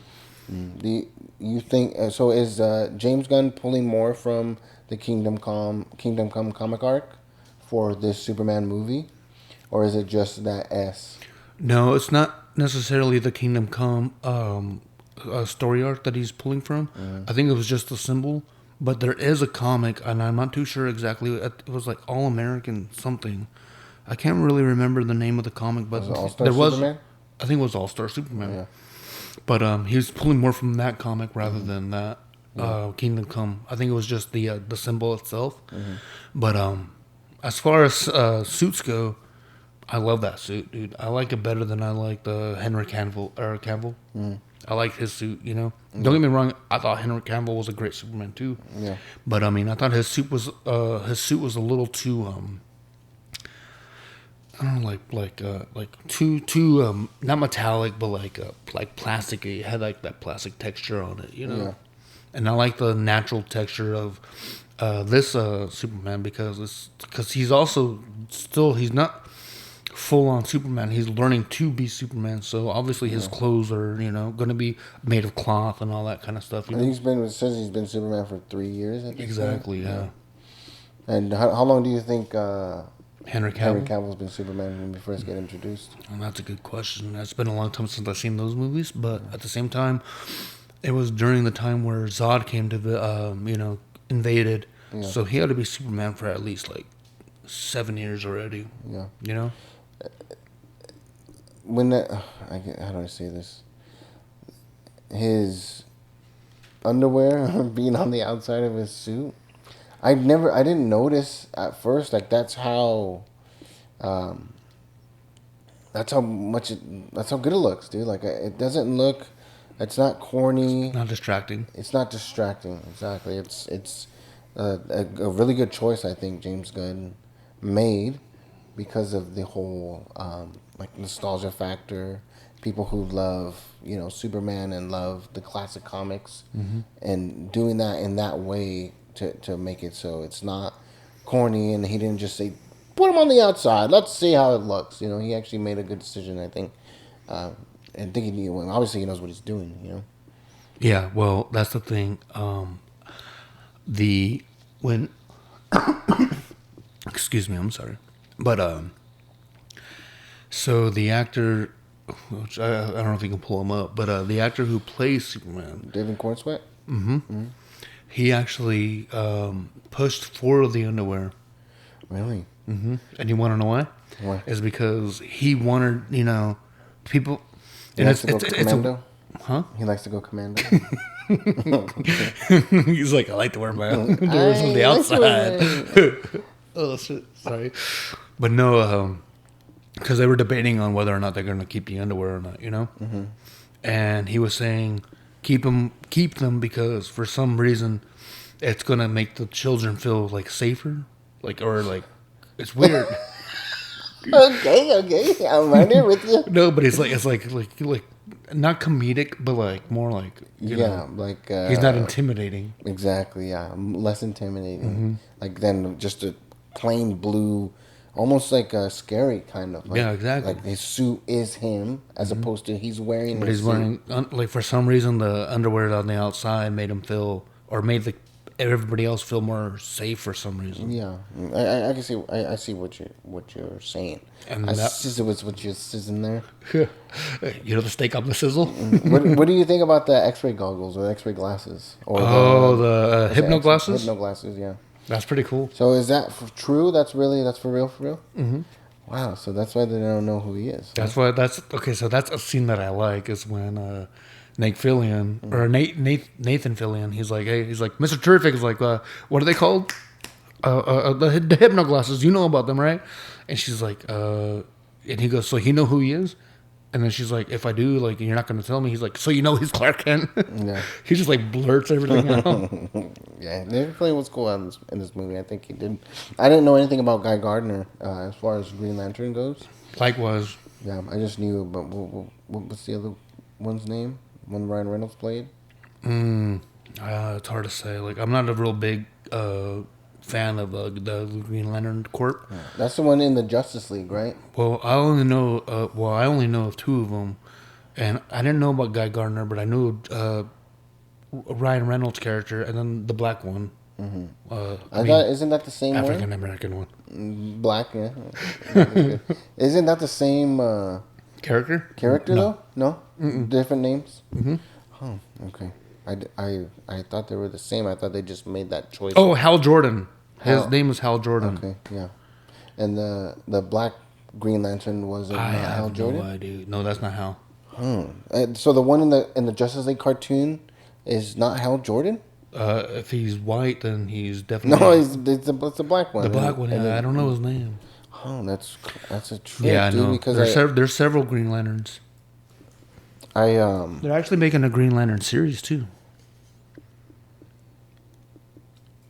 I looked it up. I must have maybe looked up like a Reddit post or something, but it's said that the Justice League Green Lantern was named Hal Jordan as well, but maybe someone was wrong for sure. I thought they just made that choice, like, to make him Ryan Reynolds and not... No, Hal Jordan's I thought Hal Jordan was the original, and then watching Superman, I didn't know that Guy Gardner was even... John Stewart is his name. Oh, I see. Yeah, that's my fault then. So, how do you feel that Rachel Brosnahan did as Lois Lane? I think she did a lot better than what's her name from Man of Steel, but I don't know. She just wasn't. I think she just had a tough, she had tough competition with the whole cast. Yeah, there were so many. Even Metamorpho was in there. Yeah. Who was the guy from? Speaking of which, he was in what was that movie? The Substance. Death of a Unicorn. Oh no, you're right. Yeah, Death of a Unicorn. No, we just watched The Substance last night. That's why I got confused. Yeah, he was also in Death of a Unicorn. Mm-hmm. But yeah, she just had a lot of talent to keep up with, and not saying that she did not do a good job. It's just she kind of got overlooked with all these other very charismatic characters. Yeah, it's hard for her. I mean, even Jimmy Olsen, he did good for the 2 scenes that I seen him in, but yeah. So do you think if they would have cast Amy Adams for Lois Lane, from Man of Steel, she would have done a lot better than Rachel Brosnahan as far as getting put to the wayside or not being able to keep up with Nathan Fillion, David Corn Sweat, and who played Mr. Terrific? What was his name? Oh, he was the guy that was in the original X-Men First Class movie. Oh yeah, he played Darwin, huh? Mm-hmm. Yeah. Do you think she would have done better? I mean, I don't think that it was anything to do with the capability of acting. I think it was just maybe the writing. They just didn't give her enough Edie Gathegi? Who's that? That's Mr. Terrific. Oh, okay. No. I was talking about Lois Lane still. Yeah, well, that's the name of Mr. Terrific though. Yeah. But I just think it was the writing. It had nothing to do with her acting skills, and I mean, obviously, like I said earlier, she had a lot of competition, but she was only given so much to work with, So I don't think that was necessarily her fault for being overlooked. Yeah. I feel like she was overlooked a little bit, except for the beginning scene, when they had that interview. She did phenomenal in that, calling Clark out and all that, I just think, and I'm not complaining about the writing. It's just they just didn't showcase her enough, or they weren't able to. But that's not to say that they're not going to do that again in part 2. The next one, yeah, exactly. Are you excited for Supergirl? You think she's going to do good, actress-wise? Let's look up her name. Okay, well, she was in she's in House of Dragon, Game of Thrones. She's a daughter, right? Yeah. So when I first initially heard that they were gonna work on a Supergirl movie, I mean, not that I had anything against her. I just never like been a fan of her. I mean, not even a fan. I just never really cared, you know. Yeah. And nothing against her or anything like that. It's just just like solid and like whatever. Mm-hmm. And then hearing that James Gunn was going to work on a Supergirl movie, I was like, whatever. And then seeing how he kind of like tied it in with this movie, I am low key kind of excited because I also heard that Lobos is going to be the bad guy. Lobo, yeah. Oh, Lobo, is it Lobos or Lobo? Lobo. Lobo. Yeah. Rumor has it it's going to be Jason Momoa. It is, yeah. Oh, it is? Definitely going to be Jason Momoa. Well, unless he wasn't supposed to Announce it. But he posted on his actual Instagram page that he was going to play Lobo. Really? Yeah. Millie Alcock is the name of the Supergirl actress. Yeah, no, she sure is a beaut. Yeah, she was. I couldn't remember what I saw her in when we were watching the movie, but yeah, she was in House of the Dragon. That's nuts, dude. I saw her in something else too, though, and I can't really remember what it was. But what are you excited for in the second Superman? Oh, so there's a theory that I'm not too entirely sure who the bad guy is going to be, but the theory is that Superman and Lex Luthor are going to have to team up together to take down this other threat. Mm-hmm. So, no way. Mm-hmm. So I'm thinking it's either one of two things. Clear. I'm either thinking it's going to be Zod, which is That's too. I don't like that. Like, okay, hold on. I'm either thinking it's either Zod or it's going to be Bizarro, which is. Like Bizarro. That's who we thought it was under the. I mean, it makes more sense. That makes more sense, I think. We thought it was Bizarro under the Ultraman. No, the Bolivian. Yeah, Actually, it was Ultraman, and then the Bolivian Death Machine or some shit. Baravian. The Bolivian Juggernaut. Baravian, yeah. Baravian, yeah. I think as far as Bizarro goes, there's still, after I saw the movie, I was thinking about it as well, because I feel like what I thought was going to happen was when we found out that, spoilers again, it was just a clone of him that Lex Luthor made. Mm-hmm. I thought Superman was going to beat his ass. He was going to get like deformed. He was going to do something to deform him. And then he was going to leave and be on his own now, because, I mean, he's pretty much like just flesh and bones that's really strong. I mean, he doesn't have much of a brain. Right. He's just Lex Luthor's weapon. So I think I thought actually that he was going to become kind of sentient and realize like, I'm Superman. Be bizarre. I'm Superman. I thought that's what was going to happen, but he ended up, what happened to him at the end? I don't remember. That's a good question. I can't remember myself either. Even though I've seen it a few times. He pushed him into some kind of black hole. I think it was in the portal. Yeah, it was a black hole. It was the black hole that was in the one that Lex Luthor was able to figure out how to open. Now, we talked about this before, and going back to the original Superman movies with Christopher Reeves, in the fourth film, Lex Luthor was able to get I don't know if you remember me telling you this, but Lex Luthor was able to steal a strand of Superman's hair and create which is cool because they did this in the movie, but anyways, he gets a strand of his hair and he creates Nuclear Man. Okay, that's what the name of the Superman clone was, Nuclear Man. In that movie, yes. But he was like all gold and he had like blonde hair, and it was like his equal, which is kind of like Ultraman, which I don't know if like they are taking reference from that or if Nuclear Man was just something that they just made up back in the 80s and they just like created their own character. But Ultraman seemed like it was like he was influenced by that. But I'm not too sure because I don't read the comics. But that being said, as far as when it comes to the bad guy and the sequel, James Gunn is, well, obviously we've already seen he's been known to do, or to introduce more than one bad guy. Yeah. Yeah, so I don't think it's just going to be one bad guy that's going to happen, or that's going to be a threat. I think it's going to be several.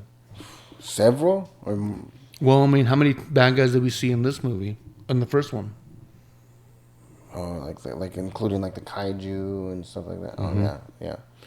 I see what you're saying. But what I want to know is, like, who do you think would be a big enough threat for Superman to actually team up with Lex Luthor in order to I take would them say down? the Bizarro, Doomsday, Darkseid, which they've done that already, so they're not gonna do Doomsday or Darkseid. Steppenwolf they've done.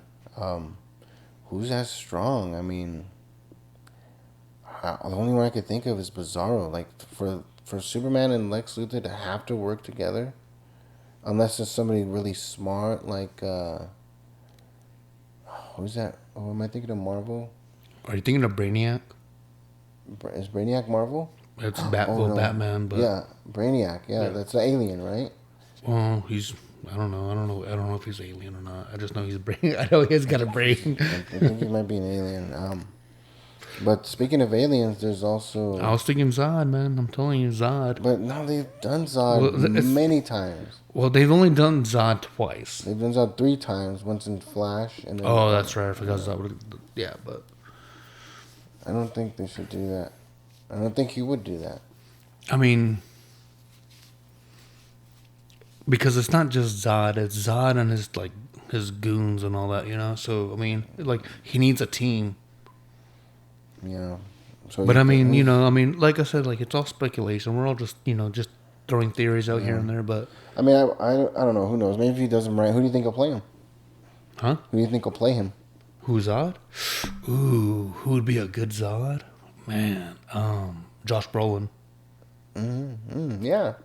That's a good Zod. I mean, That's I know good. he's Thanos, But still, yeah, whatever. It's Josh Brolin, he just has that Brolin face, yeah. you know. He got that Brolin face. that Brolin, yeah, I see it. I see Josh Brolin. Or even the guy that we mentioned earlier. Mickey Rourke. No, not Mickey.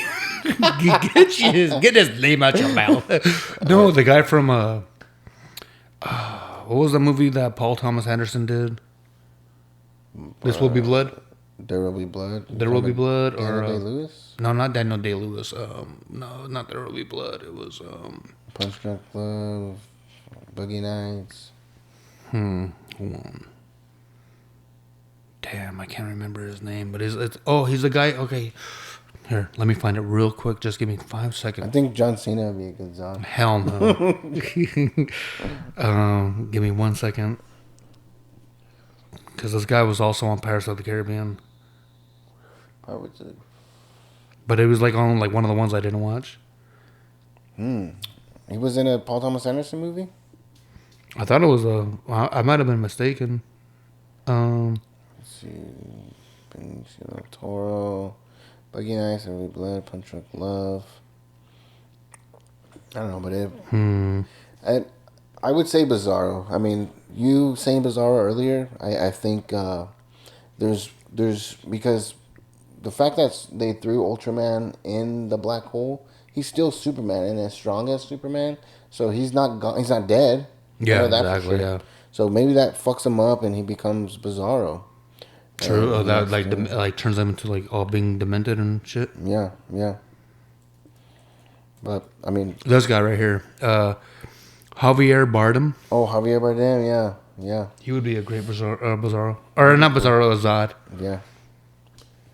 That's exciting. I mean, seeing Superman done in this way with, you know, James Gunn actually being behind it. Well, when James Gunn announced that he was going to be, taking control of the DCU, or the extended universe or whatever it's called. Yeah. I was excited to see his Superman, because he's so known for that family aesthetic and that good music, and I feel like that's what Superman needed, was the James Gunn treatment. He was so impressive with how he treated the whole entire Guardians of the Galaxy movies, and I did not expect to cry as much as I did on the third one. Yeah. That movie was set, and I was crying for fake animals, you know. And then after that, he did Suicide Squad for DC. Yeah. And personally, in my own opinion, I thought that the first one was a letdown of Suicide Squad. So here comes James Gunn, and he's introducing all these characters, and, I'm excited to see it because of the fact that he did such a good job with Guardians of the Galaxy. But I mean, I was still skeptical. Yeah. And that movie was just brilliant. I thought it was brilliant. Yeah. And then not long after that, he became the new leader of DC. Was that his last movie before he became before he took control of DC? Was the Suicide Squad? Mm-hmm. Yeah, that was a really good. Did you ever watch Brightburn? No, Brightburn. Brightburn. Yes, I did. So you already know that, which is really cool because obviously besides Suicide Squad, the first movie he ends up doing is Superman, right? Mm-hmm. So you already know he has ties in with Superman because he made Brightburn, and Brightburn was pretty much like a dark version of what Superman could have become if he was evil. Yeah.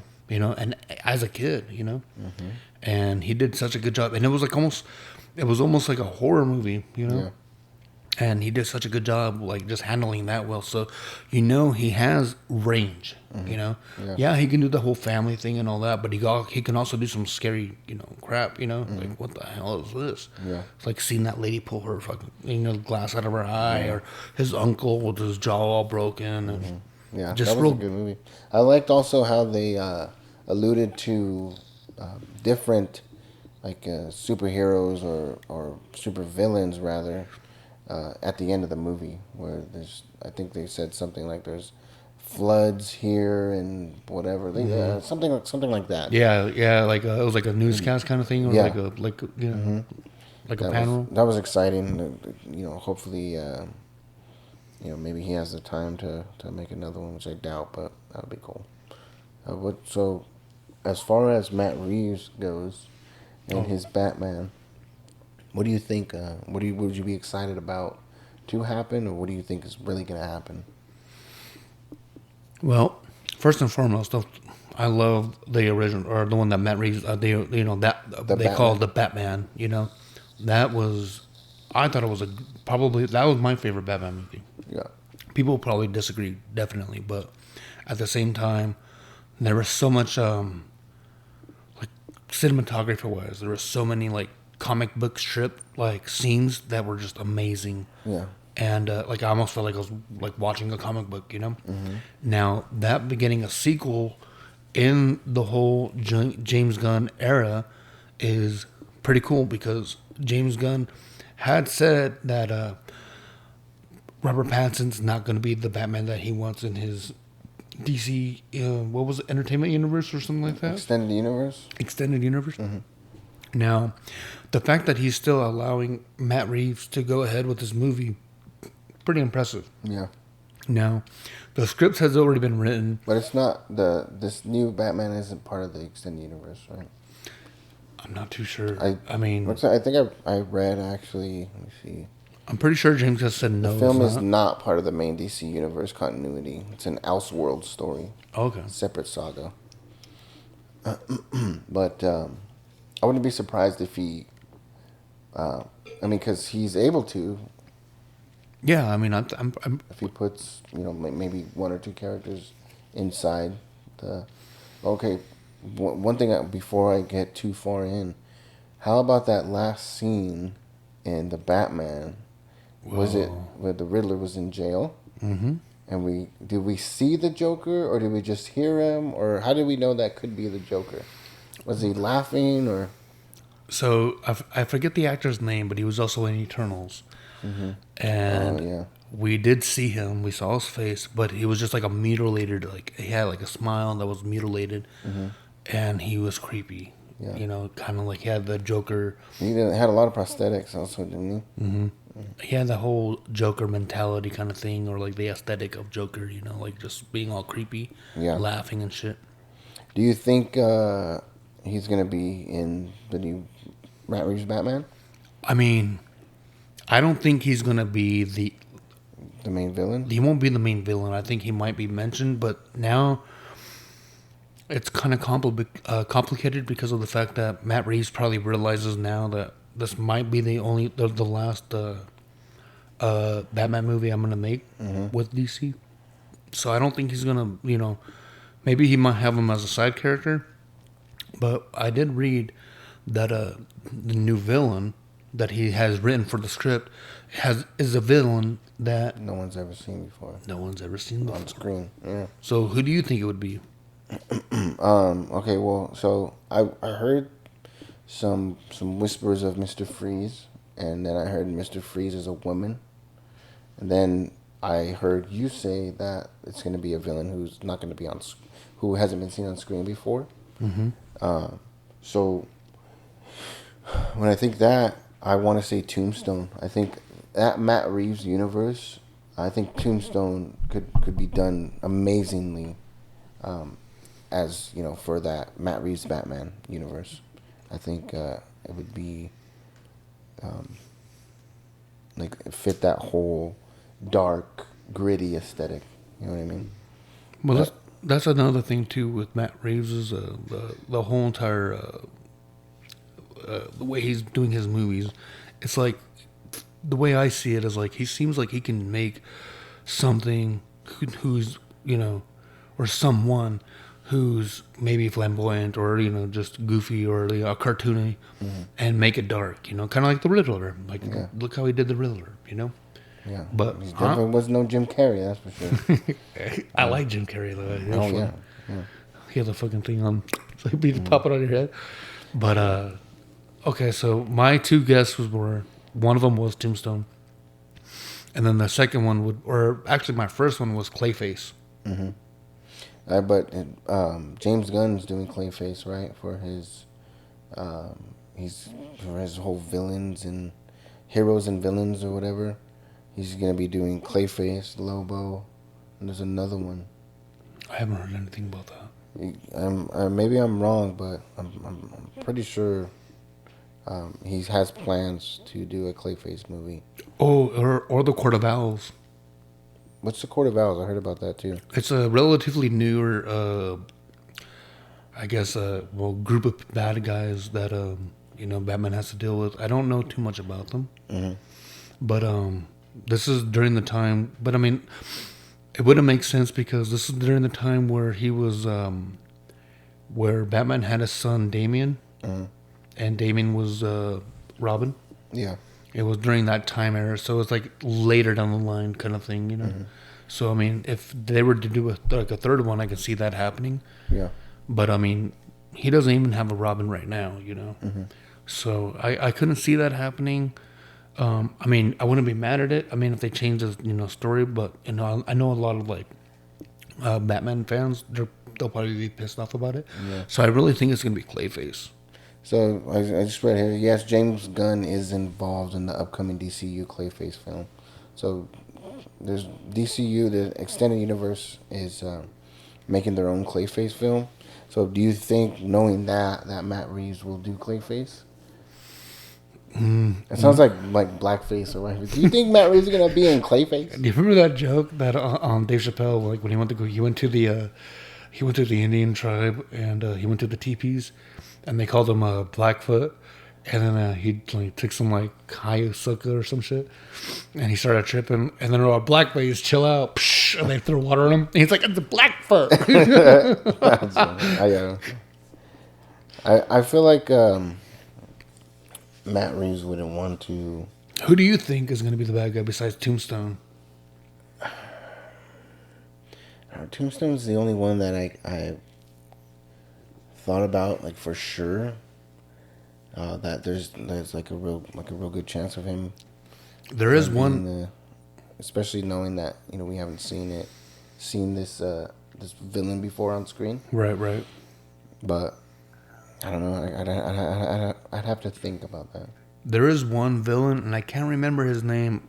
But he was an actual bat monster. I just remember him from playing the video. The human bat. He was an actual huge monster. That's bat. That's not his name. The human bat. I don't know. I don't know if you want to pull it or up. Bat human. I don't know. I just remember playing him or fighting him when I was playing Batman Arkham Asylum or whatever. Too, yeah. You know? He was also in, I think he was in this audio drama that I listened to. Or you know who it could be? It wouldn't make sense though. The Red Hood. Wait, is the Red Hood in DC also? Yeah, well, the Red Hood is actually Robin, and the Red Hood becomes the Red Hood because Joker. So what happens is, So who's the Red Hood in Marvel? Is that his name? Red Hood is not in Marvel. You Red know what I'm Guardian. You're talking thinking of about. Red Guardian? No, I'm talking about the one that was in Ironheart. I don't know who that is. Let me see. So the Red Hood is actually the very first Robin, or the second Robin, if I'm not mistaken, because the first Robin becomes Nightwing. The second Robin is taken captured by Joker, and he's beaten to a pulp, and he's killed by the Joker. Yeah. And Batman believes that he's dead, and he's devastated and all that. And then later to find out, throughout the whole, that whole chapter, you end up finding out he turns into the Red Hood, and he's It's just the Hood. Parker Robbins is his name. Oh, Yeah. okay. The Hood. Go back to the hood you go. Back to the ghetto you go. Cucamonga cracker.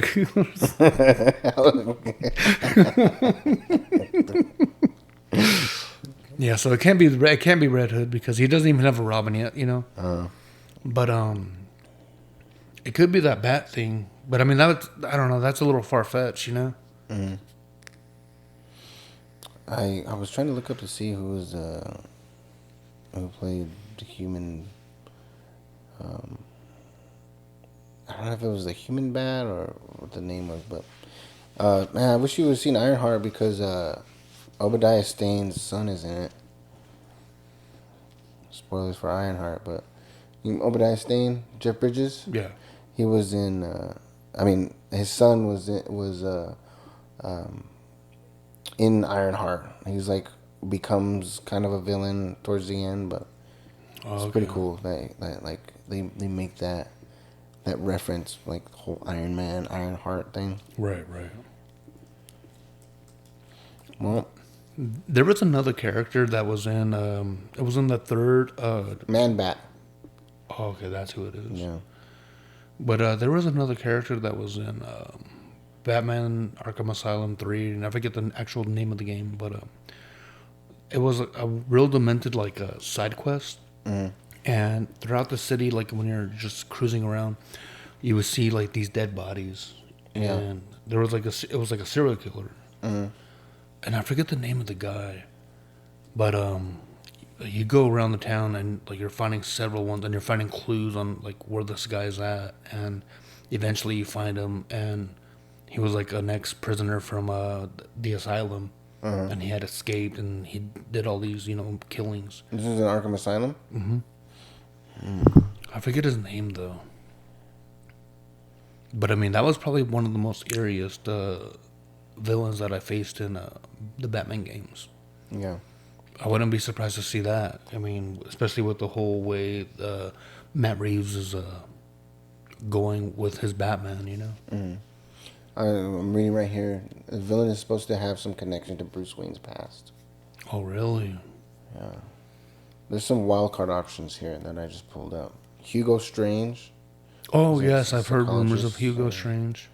The Court of Owls is another one. Professor Pig. Very dark, disturbing, physically and psychologically threatening. He's never had a cinematic portrayal, obviously. Mad Hatter. Man Bat. Oh, Mad Hatter is another one I forgot about. But I mean, I don't think he would do the Mad Hatter after he did the Riddler, Yeah. And there's Jason Todd, like you said. Yeah, oh, that's who it is. Yeah. That was his name. That was the Robin. But they haven't met each other yet, And that's another good question, too, is how long do you think this movie's going to take after place of the original? Or not the original, but, the first one. The first one. I was thinking that the other day. I'm thinking maybe so the Riddler was in jail when we left, when we finished that first movie, and I can't remember exactly what Robert Pattinson or what Batman was doing, like at the end, but there is one thing that I can't remember. I can't remember right now, but I don't remember exactly what he was doing at the end of the movie, Batman or Bruce Wayne. Mm-hmm. But something that he did at the end of the first of the Batman made me realize, like, oh shit, the next movie is gonna be right after this one. Oh, okay. So that's what I'm thinking. It's gonna be at least, I mean, no more than like 3 or 4 months, or no more than, like, we'll say 2 to 6 months, like half a year, you know. But it could be a lot longer, dude. Yeah. And it would be cool if he can let Bruce Wayne kind of grow into the Batman a little more than he is now. He seems kind of like almost like a toddler Batman, very emotional. Yeah. And he's like tries hard not to be, but he is. But it just lets his emotions get to him, kind of thing. And did Alfred die in this one? Mm. He almost did, though, right? He almost got like blown up or something. Alfred was Andy Serkis, huh? It was Andy Serkis. Yeah. He's actually a phenomenal actor too. Mm-hmm. Oh yeah. But it would be cool to allow Batman to kind of grow into, fight some crime, go wear some hockey pants, go do some shit before you come back. And I think it would be a lot better to, especially for there to be a villain that's never been seen on screen before. I feel like Matt Reeves is going to want to make that a lot more scarier a villain than the Riddler was. Like when it comes to, oh shit, this guy might actually beat the Batman, But who's to say? Yeah, it's kind of hard to say when they announced the fact that, like, this character has not been portrayed on film at all. So, so much speculation, Yeah. But I mean, I now that you mention it, because when you were looking up on your on the laptop, I did remember hearing that Hugo Strange was gonna be like people were really thinking it's gonna be him. Yeah, and Hugo Strange is that's not the serial killer you were talking about, right? From I don't really know. Arkham Asylum. I'm not sure if that's his name or not, but well. I think this is a good place to end it. Yeah. Right? Yeah. I think that was a good cast, dude. Mm-hmm. Obviously, if you guys can indulge us and like, comment, subscribe. If you got any value out of this podcast, if you could please go to our Spotify, listen to the first 12 episodes I think we have up there. I'm planning to release these 2 podcasts that we're filming today on Spotify as well. If you could, rate us there. It doesn't have to be 5 stars. I mean, just be honest. Is all I ask. Is all we ask.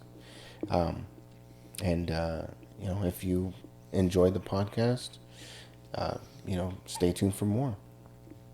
And with that being said, Jared, take us out, bud. Well, just want to say we thank you for your support. And we're thankful for you allowing us to give you all the information on pop culture. And stay tuned for the next project. With our fandom to yours, we're signing out. Good night.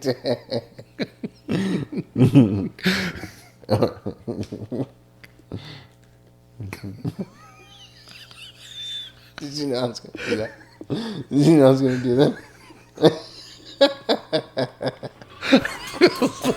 Oh boy. Look alive.